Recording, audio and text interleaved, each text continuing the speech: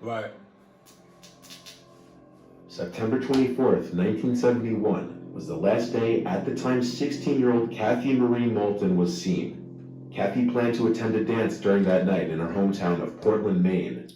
She asked her father to drop her off on Cumberland Avenue that evening. Kathy wanted to purchase a pair of pantyhose and some toothpaste before preparing for the dance. Right. She stopped by a music store on Forest Avenue later in the day to visit a friend. She told her friend she would see her at the dance that evening, and then said she was going to walk home, which was about 1.5 miles away. Jesus! She was last seen walking down Forest Avenue after leaving the music store, and she was seen carrying a brown leather Mexican clutch purse, which contained her house key, 2 tubes of toothpaste, and a very small amount of cash. When she didn't arrive home by dinner time, her parents knew something was wrong and reported her missing. Kathy was seen in a stolen blue Cadillac with her friend named Lester Everett, though it is possible that Kathy willingly left with him. There were reported sightings of Kathy, Lester, and another young man in a remote area of Aroostook County a few weeks after her disappearing. I just want to say that's a lot of land. AKA a lot of cluckness. And in the distance is some more cluckness. And in a distance is some more cluckness. And I'm just saying, Jesus. The second young man was Ronald Reed Purley. However, Lester was eventually found alone, and he claimed to not know where Kathy was. Cap. A garage employee at Fort Fairfield in Aroostook County remembered seeing Kathy, Lester, and Ronald. They came to the garage to buy new tires for the Cadillac. The employees said Ronald appeared to be controlling Kathy's movements, Jesus. even walking her to and from the bathroom with his hand on the back of her neck. Across the border on the Tobique Reserve, witnesses said they saw Lester and Kathy for a few days in September 1971, before the two went to a farm in the Mars Hill area of Aroostook County where they started working on a potato field at McBride's farm. Kathy was completely distrusting of Lester and continually begged to go back home to Portland, which he refused.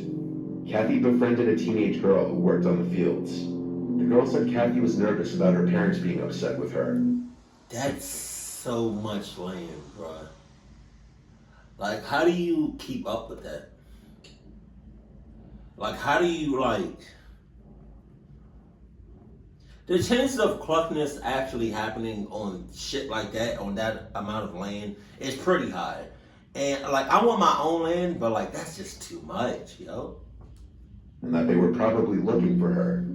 According to the girl, Kathy also cried often and seemed fearful of the other men working on the farm, and she often said she wanted to go home. Lester became tired of Kathy's constant complaining to go home, so on the evening of September 29th, 1971, while the other field workers were enjoying a bonfire, Lester got behind the wheel of the stolen car with Kathy in the passenger seat, and he told her that they were going for a ride. She begged him to drive her back home, but he didn't. Lester returned the next morning and said that he had dropped her off at another camp, when in reality, he had brought her back across the Canadian border to the Tobique Reserve and left her with Ronald.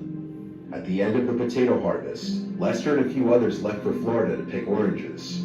He never returned to Maine, and when questioned, he said he did not know what happened to Kathy. Lester died of cancer in the mid-1980s, at the age of 35. Ronald, who had served time for rape and home invasion, has long been a prime suspect in this investigation. He has refused to cooperate with police, even when he was offered immunity for prosecution if he would provide details as to what happened to Kathy. Investigators have considered the possibility that Kathy was killed by Lester, and that he left her body in the woods of Aroostook County. But this theory is unlikely, since some of Ronald's relatives would later verify the fact that Lester had dropped her off at their home, and they would claim that one of their relatives had harmed her. It's unknown if this is what happened. His family has refused to cooperate with police about Kathy as well. Investigators believe she died on the Tobique Reserve sometime before Thanksgiving of 1971, but they never had enough evidence to file charges against anybody, or even get warrants to search Ronald's family home. In 1983, a hunter said he came across a skeleton in the woods near Smyrna, Maine, surrounded by female clothing. Some investigators believe the remains were Kathy's. The hunter was unable to retrace his footsteps and lead police back to the site, however, and the bones were never seen again. Kathy was a junior at Deering High School at the time of her disappearance, and her peers said she seemed like a happy girl with no reason to run away from home. Her father died in 2017. Quite a few people seem happy and great on the outside, but on the inside, it's like night and day. But her mother is still alive and continues to hope for a resolution in her case. Mary Virginia Carpenter was a 21-year-old girl from Texarkana, Texas, who went missing in Denton in the summer of 1948. Texas? She was last seen by a taxi driver around 9:30 p.m. on Tuesday, June 1st, 1948. She left her home in Texarkana and took a train to Denton, 6 hours away. At this taxi driver had something to do with it. That's all I'm saying. I just want to put it out there. Station, she took a taxi to the Texas Women's University, where she was planning to complete a summer term. She transferred from the University of Arkansas after she decided she wanted to enter a different career field. Mary first enrolled in the Texas Women's University during the 1945 to 1946 school year, and then took a break from school to help her mother who had fallen ill and to save money. Mary once again enrolled in the school for the 1948 summer term, where she planned to begin training as a laboratory technician in the autumn. But she disappeared just before the summer term began. The cab driver who had seen her last, Edgar Ray Zachary, later stated he stopped in front of Brackenridge Hall, a building on campus, at 9 p.m., and Mary gave him a ticket for her trunk and paid him $1 so he would pick it up for her from the train station the next day. Edgar stated that after she got out of the taxi, Mary approached two young men standing near a yellow convertible that he believed to be a Pontiac. Edgar stated that one of the men were tall and the other one was chunky. Mary approached the men as if she knew them and began to speak to them, and Edgar, assuming they were just her friends, drove away. She never checked into her dorm in Brackenridge Hall, and was never seen or heard from again after this moment. Some of Mary's former boyfriends stated she became infatuated easily, and speculated that she ran away with a lover, but her family did not believe that she would leave without telling them. Mary was very close with her family, and it would just be completely out of character. She had previously been engaged, but broke off the relationship just weeks prior to the wedding. Police zeroed in on her boyfriend Kenny Branham and the cab driver Edgar. Kenny passed the polygraph tests and insisted that Mary would have no reason to run away. She didn't have a lover coaxing her to run off, no jealous exes, no wishes to leave her life behind. Kenny was also the first to report Mary missing to her mother, making his involvement unlikely. On top of that, Mary was looking forward to starting her semester at college. This led investigators to conclude that she had been taken. Police shifted their attention to Edgar and learned he had a record for petty crimes and a reputation for being abusive. He was charged with attempted rape in 1957, but the charge was dropped after the victim asked authorities not to prosecute. Edgar's wife stated he had been home with her from 10 p.m. onwards on the day Mary... It's cap. I just want to let you know that. That's cap. Maybe, all right, maybe he was with his wife. I'm saying Edgar had something to do with it. Disappeared, but 10 years after her disappearance, his wife told police she lied to them, and her husband had not actually arrived home until 2 or 3 a.m. that night. See? Edgar died in 1984. He was never charged in connection with Mary's case, but he remains a suspect, although he did pass 2 polygraph tests in her case. In the winter and spring of 1946, 5 people were murdered in Lovers Lanes in Mary's hometown of Texarkana. God damn. Lovers Lane is a secluded area where people kiss or engage in sexual activity in their vehicles. This meant all 5 victims were young, around Mary's age. The crimes are believed to have all been committed by the same person. The murderer was never caught and became known as the Texarkana Phantom Killer. Mary was actually well acquainted with 3 of the killer's victims, creating suspicion that her case was linked with these murders, but police found no evidence to support this theory. In 1998, police received a tip that 2 men had raped and killed Mary shortly after her disappearance and buried her body in a dam at a stock tank near the Texas Women's University campus. The suspects were both deceased by this time, however. Police investigated this dam based on the information, but uncovered no evidence. Numerous leads and possible sightings of Mary have surfaced throughout the decades, but no solid evidence has been uncovered. Both of Mary's parents have passed away, and she was an only child, but her 3 cousins still hope to find closure in this case one day. Like Mary, Army veteran Alvin Matlock was also 21 years old at the time that he went missing in the spring of 1951. There were a lot of theories as to what happened to him, but none of them were pleasant. Alvin was last seen in Spokane, Washington, and at the time of his disappearance, he lived in a cabin on Browns Mountain in Spokane County. That's where he clucked up a cabin in the woods. It's goddamn woods. His little brother Clyde, who was 12 years old when Alvin disappeared, is now 83, and to this day still hopes his brother's body is found. Clyde and his wife Patricia went to the inaugural missing person event hosted by the Spokane County Medical Examiner's Office in 2016. At this event, which was held to help facilitate locating missing people, attendees could file police reports, submit DNA and dental records, and provide photographs of loved ones. Alvin had spoken to family members in March and informed them of his cabin's location.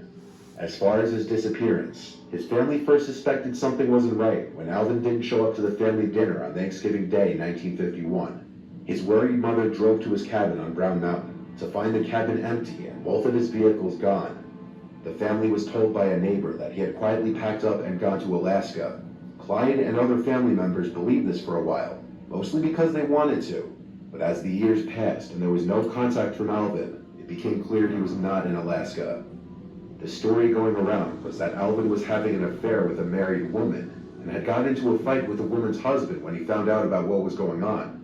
Some people believe that the woman shot Alvin during the scuffle, with reports from alleged neighbors saying they heard his cries for help and that the couple just likely let him die. There was no body ever found. Police investigated these claims, but with no body, they couldn't make any arrests. There are no records of Alvin ever having lived in Alaska. However, according to family, Alvin was a loner and a big outdoorsman, and him moving to Alaska wouldn't be that far-fetched, especially since life in Alaska wouldn't... Look at that shit.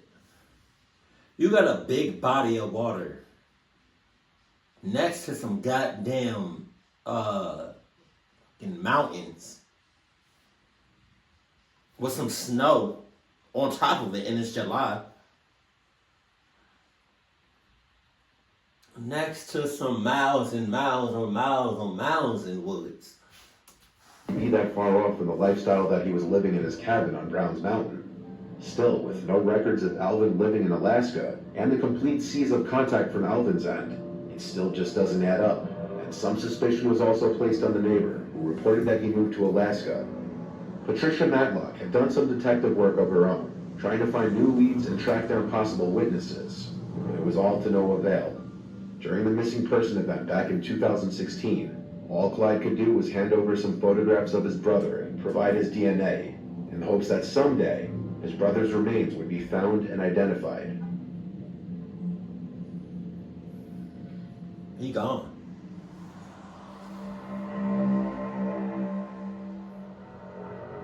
Look, all I'm saying is, if you're a woman, regardless if you're a woman or a man, if you get like caught up or taken hostage or just taken against your own will, I cannot stress this enough. Go for the dick and balls. If they're a man, go for the dick and balls. If there's a woman that's taking you against your will, I don't know if it's gonna hurt, but I would say kick them in the vagina or punch them in the titties. I don't know which one hurts worse. Any females, which one hurts worse, like getting kicked in the vagina or getting punched in the titties? All I'm saying is, like, the dick and balls is very sensitive to a guy. So if you was to hit that part with something hard, it's gonna bring them there. And when that happens, you haul ass and never look back. Cause I can't imagine myself being